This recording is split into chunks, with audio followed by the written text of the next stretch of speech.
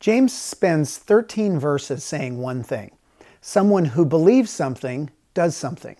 In verses 19 and 20, he states this: "You say you have faith, for you believe that there is one God. Good for you. Even demons believe this, and they tremble in terror. How foolish.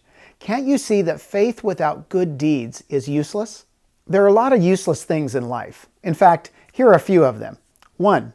These subtitles, crying in Spanish. Number 2, diet water. I mean, who needs that? 3, a book giving you the most epic YouTube videos ever. 4, the sign stating, "Sign not in use." One of my favorites, number 5, is a camouflage golf ball. And then 6, the warning sign stating the battery has been removed. James states that faith by itself is useless.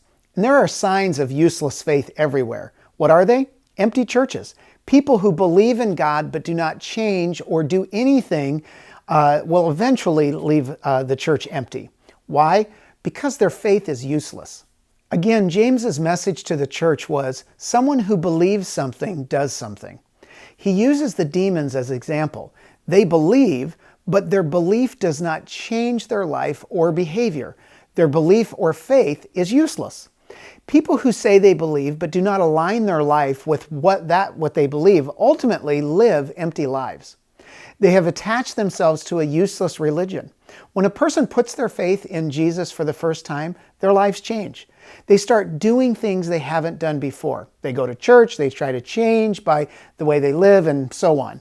Now, I actually really like old church architecture. To me, it speaks of an experience that is different from everyday life. I loved touring churches while I was in Europe. But, the churches are still there, but they stand empty.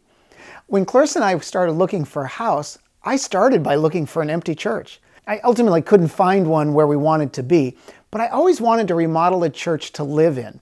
There's something about it that, to me, I wanted to live in a place that always spoke of an experience with God.